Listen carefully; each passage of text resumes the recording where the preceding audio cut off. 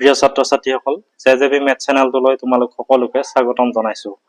আজিৰ ভিডিঅ'টোত আমি ক্লাছ 9ৰ এডভান্স মেথছৰ সংহতি পাঠটোৰ অনুশীলনী 2.3 2 নম্বৰটো আছে আমাৰ সত্য নে অসত্য লিখা।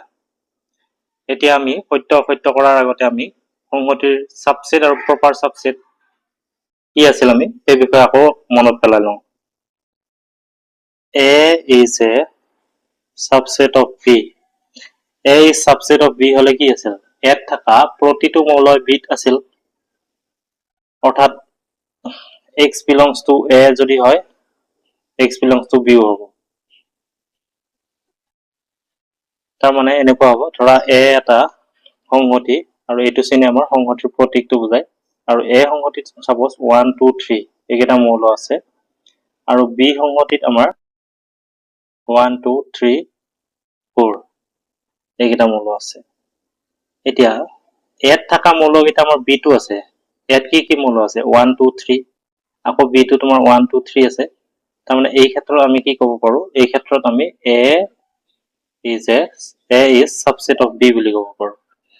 আকৌ বিট অন্তত মানে আকৌ আমাৰ বিট কমতে এটা এনেকুৱা এটা এলিমেন্ট আছে যিটো নেকি এড নাই, মানে 4 এলিমেন্টটো মানে 4 মৌলটো এড নাই, বিট আছে, তাৰমানে বিট কমতে এটা মৌল আছে যিটো নেকি এড নাই। গতিকে এই ক্ষেত্ৰত আমি A proper subset of B বুলি ক'ম। আকৌ নিজে নিজৰ লগত সাবসেট হয়, A is subset of A, কিন্তু A proper subset A নহয়। এটা সাবসেট আৰু প্ৰপাৰ সাবসেটৰ কথাটো তোমালোকে বুজি পালা।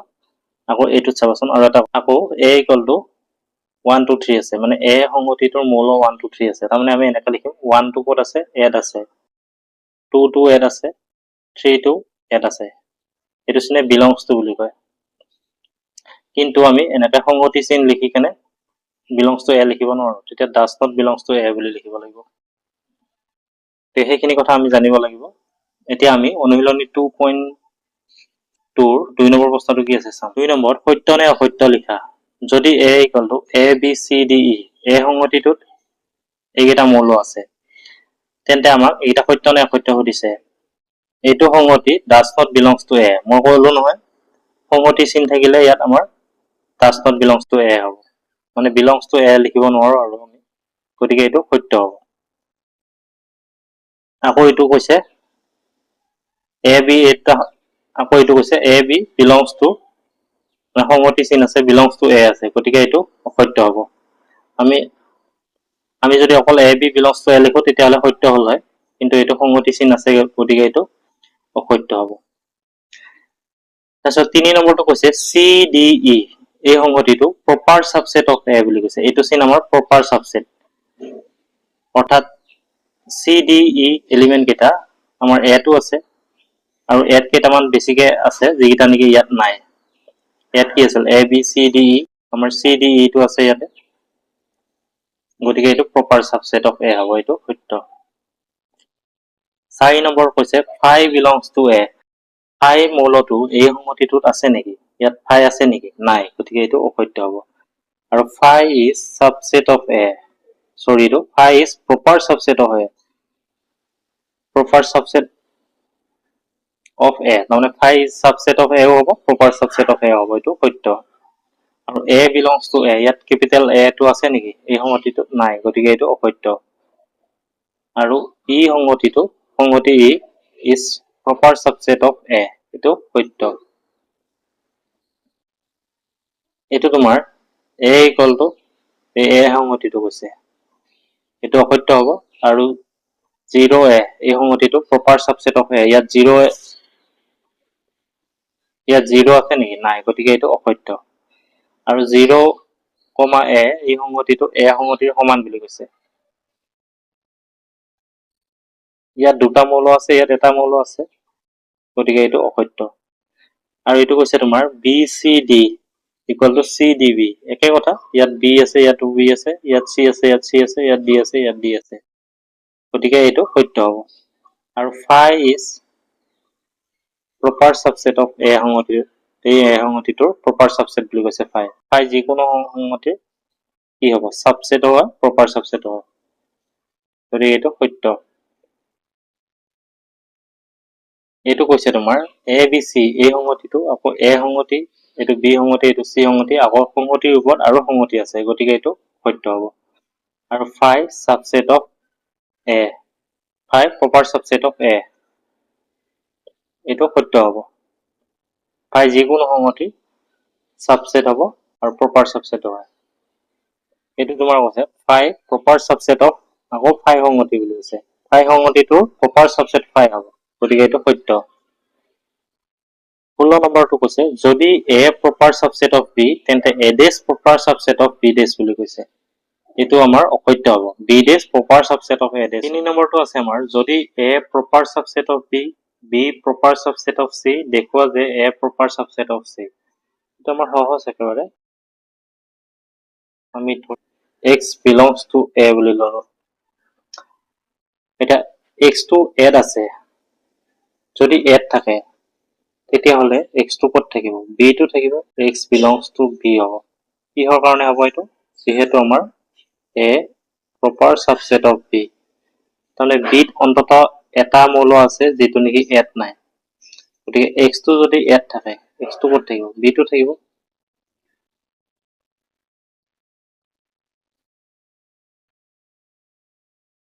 again যিহেতু b proper subset of c, গতিকে x টো b ত আছিল আমাৰ, x টো ক'ত থাকিব, c টো থাকিব, গতিকে x belongs to c হৈ যাব। এতিয়া আমি কি পাইছিলো, x টো add ধৰিছিলো, x টো ক'ত পালো, c টো পালো, গতিকে x belongs to a যদি হয় আমি কি পালো, x belongs to c পালো। এটাকে a is proper subset of c হৈ যাব, এইটো আমাৰ প্ৰুফটো হৈ গ'ল। 4 নম্বৰটো আছে আমাৰ যদি a equal to a b c d, a সংগতিটোৰ 4টা মৌল আছে a b c d হলে পাৱাৰ সেট অফ a টো উলিয়াব দিছে। পাৱাৰ সেট অফ a সংগতিটো লিখা, n of p of a ৰ মান কি হ'ব। এতিয়া এইটোতো আমি একেবাৰে কৈয়ে দিব পাৰো, কাৰণ ইয়াত 4টা মৌল আছে, গতিকে আমাৰ 2 to the power 4 মানে 16 হ'ব এইটো। এতিয়া পাৱাৰ সেটটো কি হয় আমি চাম, a equal to a b c d p of a, প্ৰথমতে আমি এটা এটাকে লিখিম, 4টা মৌল আছে, প্ৰথমতে a মৌলটো লিখিলো, b হ'ব, c d, প্ৰথমতে এটা এটাকে লিখিলো, তাৰপিছত আমি দুটা দুটা কৰি লিখিম, a b লিখিম, a c লিখিম,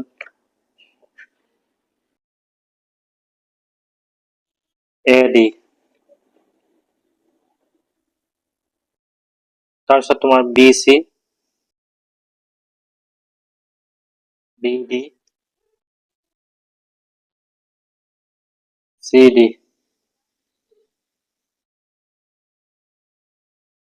তাৰপিছত তোমাৰ a b c একেলগে লিখিম, তিনিটা কৰি লিখিম, a b c,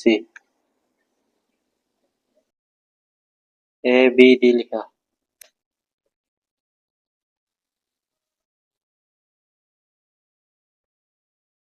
b c d,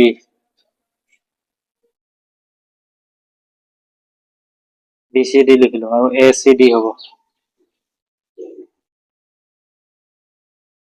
আৰু একেলগে এই 4টা কৰি লিখিম, a b c d, আৰু ফাই নিজে এটা হ'ব।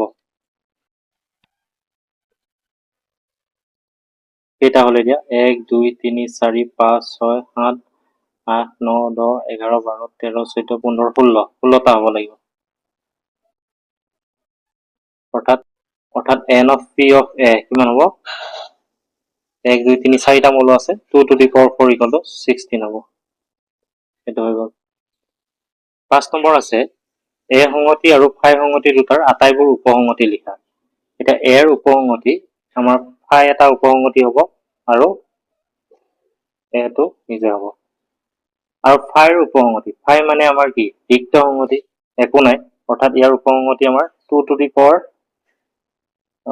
ফাই মানে কি আমাৰ ৰিক্ত সংগতি, মানে 2 to the power 0 equal 1, এটা এটা থাকিব আমাৰ উপসংহতি, গতিকে ফাইৰ উপসংহতি আমাৰ ফাইয়ে হ'ব।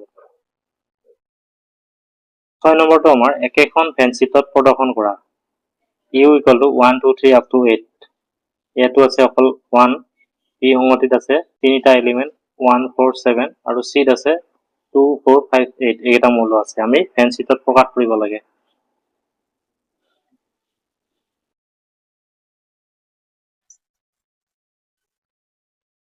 ইউ মানে আমাৰ ইউনিভাৰ্চেল ছেট আৰু এ সংহতিত কি আছে? এ সংহতিত আছে 1, বি সংহতিত 1 4 7 আৰু চিত আছে 2 4 5 8। এ আৰু বিত কি কমন এলিমেণ্ট আছে? 1 টোৱে আছে। এইটো এ, এইটো বি আৰু এইটো তোমাৰ চি। এতিয়া এই পৰ্চনটো বুজাইছে, মানে এইখিনি অংশ কি হৈছে আমাৰ উমৈহতীয়া অংশ। এ আৰু বিত কি কমন আছে? 1 টো আছে, গতিকে ইয়াত 1 হ'ব। আৰু তোমাৰ বি আৰু চি কি কমন আছে? বি আৰু চিত ইয়াত 1, ইয়াত নাই, 4 আছে, অকল 4 আছে, চ' এইটো 4 হৈ যাব। আৰু বিত আছিল 1 4 7, তাৰমানে 1 আৰু 4 হৈ গ'ল, ইয়াতে আমি 7 দিলোঁ। আৰু চিত কিমান আছিলে? 4 2 5 8, ইয়াত আমি 2 5 8 দিব পাৰোঁ। এইটো আমাৰ ফেঞ্চিত্ৰ, একেবাৰে সহজ। এতিয়া আমাৰ অনুশীলনী 2.2 অংককেইটা হৈ গ'ল। আমি নেক্সট ক্লাছত সংহতিৰ বীজীয় প্ৰক্ৰিয়াৰ ওপৰত আলোচনা কৰিম। ভিডিঅ'টোৰ পৰা যদি উপকৃত হৈছে তেনেহ'লে চেনেলটো ছাবস্ক্ৰাইব কৰিবা আৰু বন্ধু বান্ধৱীসকলৰ মাজত শ্বেয়াৰ কৰি দিবা।